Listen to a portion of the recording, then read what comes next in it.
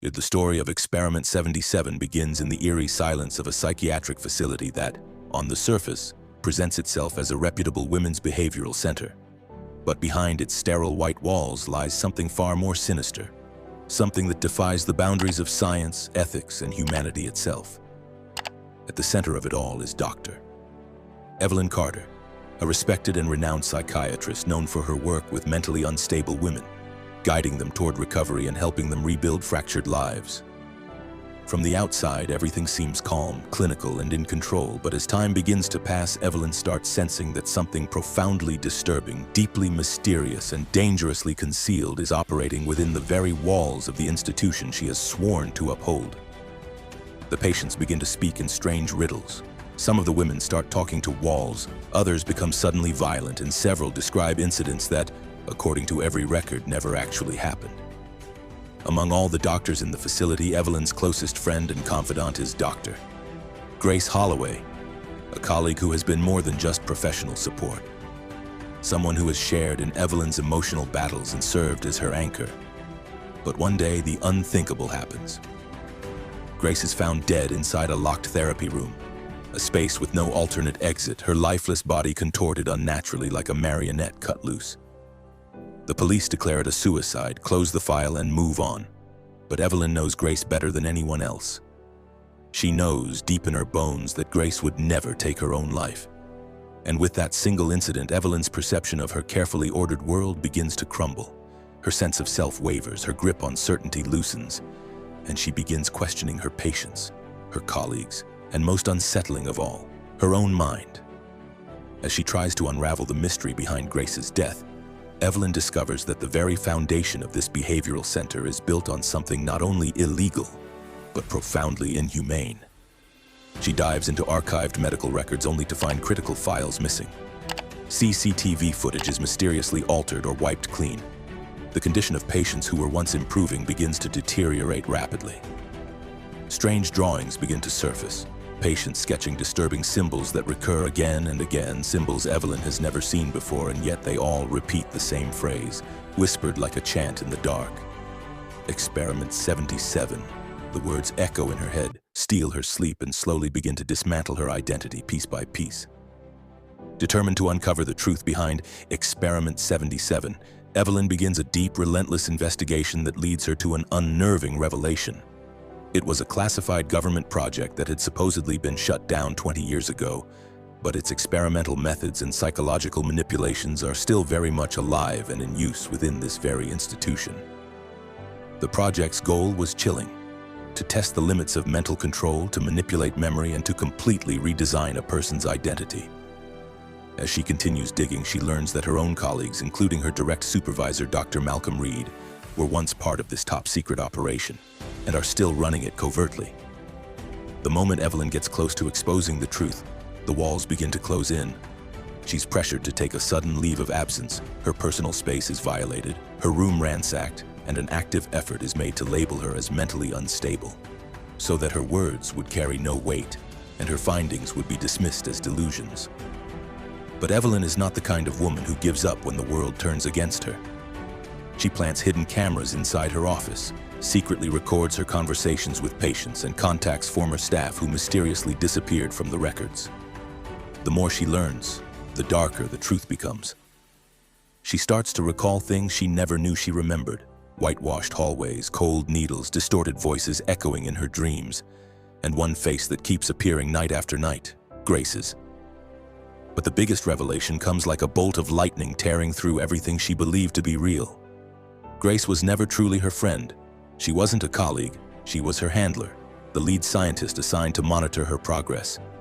Evelyn, it turns out, was never a doctor at all. She was the experiment. She was Subject 17, the central focus of Experiment 77. Her memories, fabricated. Her degrees, constructed. Her identity, engineered.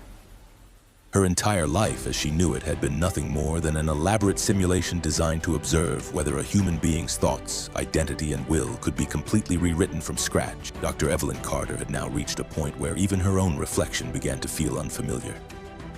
She was no longer just questioning her surroundings. She was doubting everything she had once held as absolute truth. Her profession, her memories, her relationships, and above all, her very identity. And when she finally stepped into the restricted zone, the space that no patient and supposedly no doctor was ever allowed to enter, everything she feared came crashing down in full view. The room was real, the files were real, the experiments were real. The same cold chambers where patients had once received therapy were in fact being used for electropsychological treatments, chemical interventions, and neural reprogramming.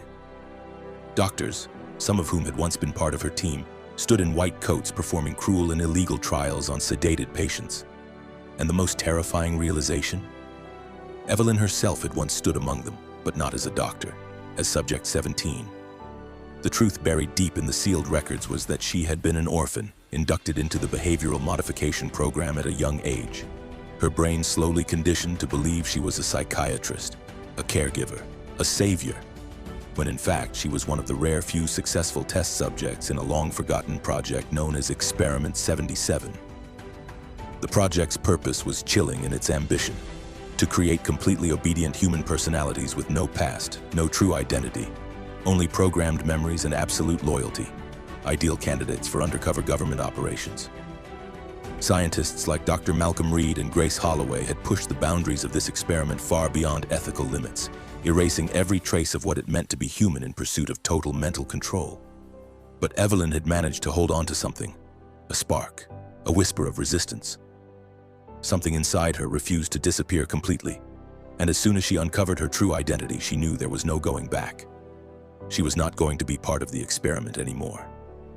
She downloaded all the camera footage she could, evidence of inhumane trials on unwilling patients, and emailed it directly to national media outlets across the United States. But she knew that sending footage alone wouldn't be enough, not when this project had been buried under decades of secrecy and protected by the government itself. That's when she took her final stand. Evelyn short-circuited the facility's electrical system, throwing the entire building into chaos. Alarms blared, lights flickered, doors unlocked, doctors scrambled in panic. But Evelyn remained calm, standing tall in the eye of the storm, as if years of psychological ice had finally begun to melt. She opened each locked door, freeing one woman after another. Women who had been mentally imprisoned for years, their minds rewritten, their voices silenced. She placed Grace's files at the top of the exposed documents, not to honor her, but to reveal that her suicide had been a carefully orchestrated silencing. When the media broke the story, it sent shockwaves across the country. The words Experiment 77 echoed from newsrooms to social media, igniting outrage and disbelief. The government launched a formal investigation, and the entire behavioral center was shut down indefinitely. But for Evelyn, there was no closure. The question that haunted her refused to fade. Was she truly free now? Or was this new reality just another layer in a deeper experiment?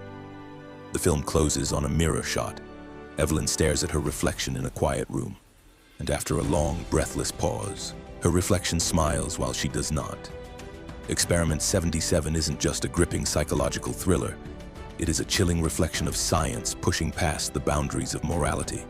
A mirror held up to the terrifying potential of mental manipulation. It speaks directly to those viewers who don't just watch films. They question them. Who don't settle for answers, but chase after the truth hidden in the shadows. This film isn't about jump scares or cheap thrills. It is about the horror of forgetting who you are, of being molded into someone you never chose to become.